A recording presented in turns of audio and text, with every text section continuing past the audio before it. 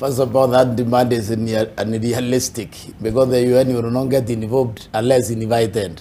It can only be invited by the sitting government.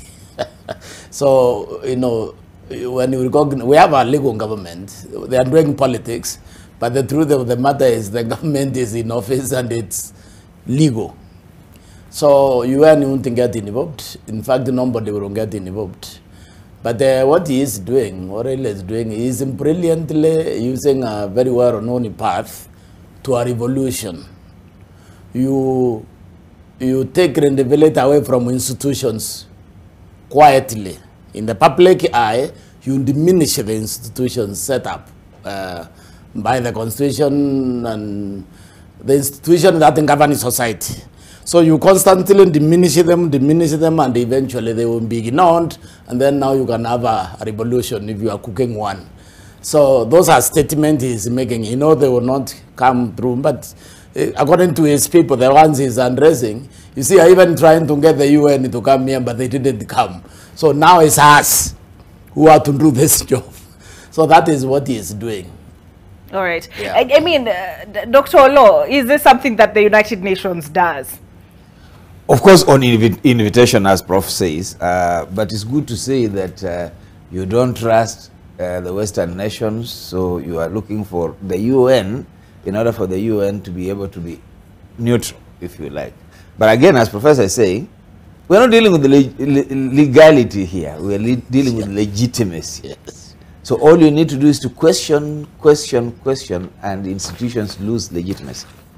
But we are also confirming one thing. We are confirming what we have all along feared, that our institutions are infiltrated with corruption, bias, and subversion. So if IBC 3 commissioners say the other 4 IBCs commissioners who are planning to subvert, then the other commissioners are also saying these other ones who are subverting. One thing is confirmed, that IBC was not neutral, it was not transparent, it did not conduct these elections in the most acceptable democratic way. That is being confirmed by either side. Now, when you add on allegations that even if the other commissioners went to demand bribes, then you are saying, hey, wait a minute, do we really have institutions? And what is that? Then you are saying that if that institution was so illegitimate or did not have legitimacy, then could it have given us any form of government that is legitimate? So you're questioning the very basis of the structures that you have. Now, having said that, the problem we have also is that even those in government are still showing that they are not with it. They're still focused on their opponents, and their opponents are doing what they know how to do best, which is picket, demonstrate, question their own legitimacy. Now, these guys are also organizing themselves in such a way to respond to them. So what we now have is a crisis of legitimacy, and that's what is being generated. With the time, we will soon say no reason to go and vote and so on. So basically, we are preparing ourselves to really lower down all the achievements that we have ever made, whether it's a new constitution, whether it's a new democracy, whatever it is we've said, we will water it down. And once you question that, question the school system, question everything else, it will be anarchy. Okay. In response, and I'll get to the whole Azimio telling the DCI to keep off, but President William Ruto responded because Raila yesterday again reiterated what he stated in Kamkunji on Monday last week, and that was he does not recognize William Ruto as the President of the Republic of Kenya.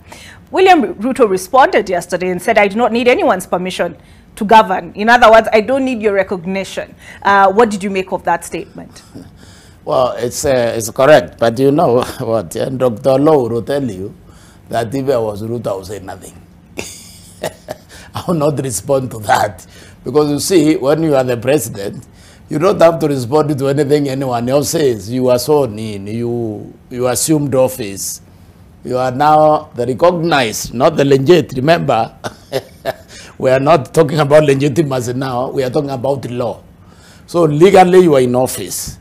You don't have to respond to somebody who says that you are not the president. You see, have we ever had Britain or America saying that we are independent? Because they are independent. So they don't say that we are an independent nation. So if you are the president, you can't say you are the president because you are the president. So I think responding to the opposition, that is what the opposition want them to continue doing, because they want to shape away the credibility. They want to shape away the legitimacy. So they'll say, we don't recognize you. And then I'll say, I don't care. Even if you don't recognize me, I'm still the president. In other words, I'm independent. This is an independent country, because you know you are not independent. So I would think that the government can just keep quiet. And they continue working. I mean, remember the way Kibaki was pulled left, right, and the center. He didn't bother. He never replied to anyone. He just worked. He just delivered this. He did his job. Okay. So the contest which is going on here is tricky if it continues for the country, because it's going to be setting the stage for another 2007. Because the moment you approach 2027 with this raka, you approach it without calmness.